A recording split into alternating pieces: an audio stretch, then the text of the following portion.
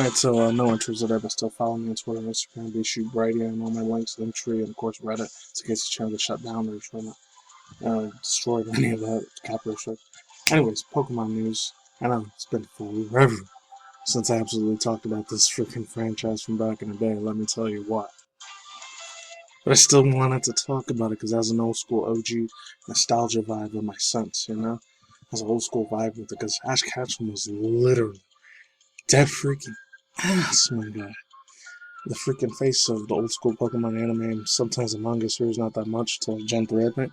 Because after that, it was mainly the other protagonists from the other generations, like May and whatever his name was, Brendan, Lucas Dawn, etc., etc., Hildra Hilbert, and I remember the other one, Kalos, and the other chick, Serena. I don't know what the 7 and 8 and 9 one, because I didn't watch any of the mangas or read any of it. But yeah, Pokemon. Completely finished with Ash Ketchum. It's insane the times we're living in. The next Pokemon anime will end with Ash Ketchum's story to introduce brand new characters. Well, he's getting completely guillotine cut off, man. It's some scary shit, man. So, yeah. This comes from Yahoo Finance. I'm not sure who the person was that did the article for this. Christian Holber, so I gotta credit them. And I got some Sony news, too. It's gonna be a little long-ass video, so stay tuned for everything. And an announcement thing at the end, because I'm just talking with a shitload on BitChute on freaking Odyssey big time, especially mine. So it says, Pokemon Ash Ketchum. Ash's Ketchum's time as a protagonist. Oh yeah, links down below to the duration points when I talk about all this news. Please, I'm begging you guys, read the description box, because that's where I talk about the main news stuff. My duration points, just click on any of those numbers. So you want to get to the main meat and potatoes of my thoughts and opinions. Yeah, protagonist will come to end in 2023. Pokemon anime series has been airing on TV since 1997. I thought it was 1998. I remember it was 97. I guess it was 8. This has always focused on one character, and particularly Ash Ketchum, and dream of catching them all. Of course, he's caught them all. I'm not surprised. And becoming the ultimate Pokemon master, eternally accompanied by the companionship of Pikachu, but also about to change. After 25 years of Mr. Ash Ketchum's story, it's finally coming to an end. In a recent episode, Ash finally won enough battles to achieve his long-time dream of becoming Pokemon World Championship. Now it's time to say goodbye. The new Pokemon series trailer was released Friday, which I didn't even know about. I've known Liko and this. I heard about it 2 days from my boy. You already know who it is. The Pokemon Ultimate Journeys, the series concludes with 11 episodes, and it's early 2023 will eventually bid farewell to Ash Ketchum and Pikachu, should say forever. Having finally achieved his goals of Ash's final installment, we'll check in with the old friends like Misty and of course Brock.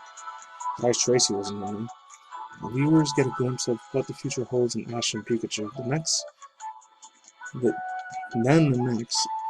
as an untitled Pokemon series will launch, introducing 2 brand new protagonists, Liko and Roy. I thought her name was Lilo and Roy, because I was saying Lilo on Twitter for some reason, so Liko.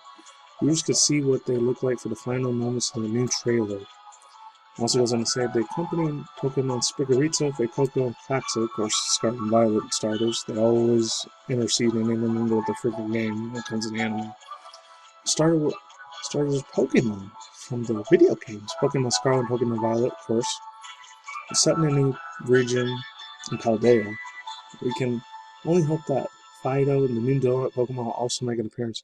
You'd think it would have been Fido or the other one that would have been on the main, like, freaking mascot for new Pokemon Generations game, as well as for Scarlet and Violet, but let's move on. We'll also make an appearance. As quote, across the world, instead of searching far away, across the wide world, brand new dreams and adventures are about to begin, the trailer reveals. Also goes on to say, last little bit and piece here, Pokemon behold the mysterious character who will take over for Ash and the protagonist of the Pokemon anime. Pokemon Ultimate Journeys, a series is still streaming on Netflix. Pokemon Scarlet and Violet are now available for purchasing for anyone who wants to learn the ins and outs of the Paldea region before the new animated series explores it further. That's overall thoughts. This makes me feel like an old man. I'm going to be almost 34. I'll be in my mid-30s. I'm going to be a super ancient old last man on the internet by that point. I will say this. It's crazy that Ash Ketchum is going to be the freaking demon. But he changed completely after Sun and Moon, though. Way more. And he changed a little bit in black, white, and X and Y, but at least he still had his same art style, art design. You know, they didn't completely screw them up. In my personal opinion, I didn't like it that much. I watched half the series for Sun and Moon, but it's because I was really interested in the other two, though. My favorite characters on there, which is cool-ass cute chick Lily. I'm not just super annoying in the game, but she was actually more interesting in the anime than she was in the games, in my opinion. It's probably that between Sophocles and a little bit of the professor. I forgot his freaking name, too. I can't believe it. Kukui. And then that's what his name was, yeah. It was like, oh yeah, my body's right, like it did in the older Sun and Moon games. That's the only reason I probably watched it. And of course, Gladiator, he was a badass in my freaking series, obviously. You know, he's kind of like the edgy boy or whatever in the game means. I mean, he was cool too. Ash was still extremely annoying as fuck, but it is what it is. It's so crazy he's not going to be in any of the anime anymore. I never thought I'd literally live to see this day. I thought they were just going to keep him forever and ever and ever. And they got him a female protagonist. I just hope it doesn't do super, super overly strong and empowering sort of feminist sort of woman on like, I'm one of him, I don't need a man type of thing. And he ends up just being a goofball. I really hope not, but the way this world's going, it's probably going to do that. Unfortunately, sad as that is. I actually live in the United States, Canada, and all the first world countries, Western countries that speak English. Yeah, they're probably going to do that big freaking time. So I'm definitely going to be watching the anime, but no, probably just the first episode and that's it. If I see any of those connotations, I'm not watching it. Dead ass, I'm not. But if I don't see any of that shit, any political agendas or any of that shit, and did a hardcore with Sword and Shield already in Pokemon Journeys. So, in these stories, I got some sort of effed up agenda that they're going to do to my personal opinion, fuck up the next generation, Gen Z kids' minds. They're going to manipulate them and all that. I know I sound like a boomer, but that's how some of these things are, man. I'm so glad I don't live in the anime nowadays where anime is a lot more extra mainstream and shit. It's just he was a old school nostalgia pipe, man. It's crazy to see him go. Ash Ketchem is not gonna be the this female chick that's supposed to be either Ash's daughter or Ash's freaking protege or future ancestor chick or his future sister or whatever. I don't know. It's just so it's a whole other freaking spoon in the fire. Not spoon in the fire, but a whole other stick and a needle in the haystack. It's the best way I can explain it. But anyways, yeah, it's the trailer there if you want to look at it yourself. Buy Ash Ketchem forever. But getting on to this news. Sony PS5 DualSense news. I'm only going to read half of them. I'm reading the whole entire video, but links to description box down below if you want to check it out. DualSense controller battery for life, or battery life. This is not good. DualSense PS5 Edge will have shorter battery life. I still may read the whole thing. I don't know. It says the DualSense controller for PS5 will have a moderately short battery life. DualSense controller, Sony, available. I already read that before. 2022. Alright, I don't really care about that part of the news. Let's go further down. This is the real bad one. In a statement from The Verge, Sony confirms that the battery life of the DualSense is moderately shorter. And that's from The Verge too, so I'll probably leave that one down below if you want to check that yourself. PlayStation 5, the original PlayStation 5 controller of Sony, mentioned that this DualSense Edge has a lot more within the same factor, and the company's wanting to achieve good balance with the high performance. I hope it does. I really do. But let's move on. Once it goes on to say, Sony mentions this due to the DualShocking Edge have more features of the same factor. Of course it does, I'm not surprised. But you always will. Is a company wanting to achieve good balance. And the battery performance warranties. The statement also makes note that the longer USB cable for gamers are wanting to play with a wired connection still. Even though we're not living in 2030 yet, but we'll see. As per The Verge, Sony stated working on high-performance premium controller in the late 2018. It has also 100 gameplay sessions with pro and research purposes for challenging itself. Premium controller to the same factor as the original DualSense. Not surprised. And of course, some place of old school Star Wars PS1 music. I thought it was nostalgic enough. It's Sony related. Racing controllers will suffer a relatively poor battery life, and this is true for the DualSense as well. While this battery seems to be a bit better than DualShock 4, it's not as good as the nearest competitors from Nintendo and Microsoft. I believe Microsoft a lot more than Nintendo. Sometimes the Joy-Con things, they fucking die. They're faulty. They mess up sometimes. You get the fucking drift crap sometimes too. So they're not a perfect company. I don't know about Microsoft, but this isn't the case of DualSense. The battery life also seems to be dependent on how often players use haptic feedback to adaptive triggers during gameplay. For example, it might drain fast and playing Astro's Playroom. are inconsistently utilizing these features. Sony confirmed that the DualSense controller was retailed at $200, $199.99. That's the part that's extremely heartbreaking about this shit.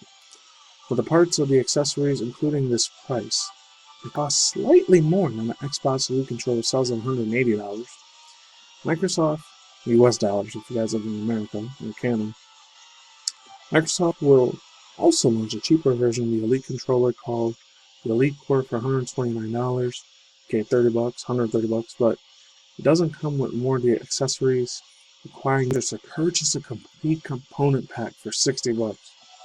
My god, overall thoughts, Susan Pay is kind of a ripoff, a ginormous mega ripoff, and they're going to do a DualSense Pro, PlayStation 5 DualSense Pro gaming controller, part 2, a sequel to this.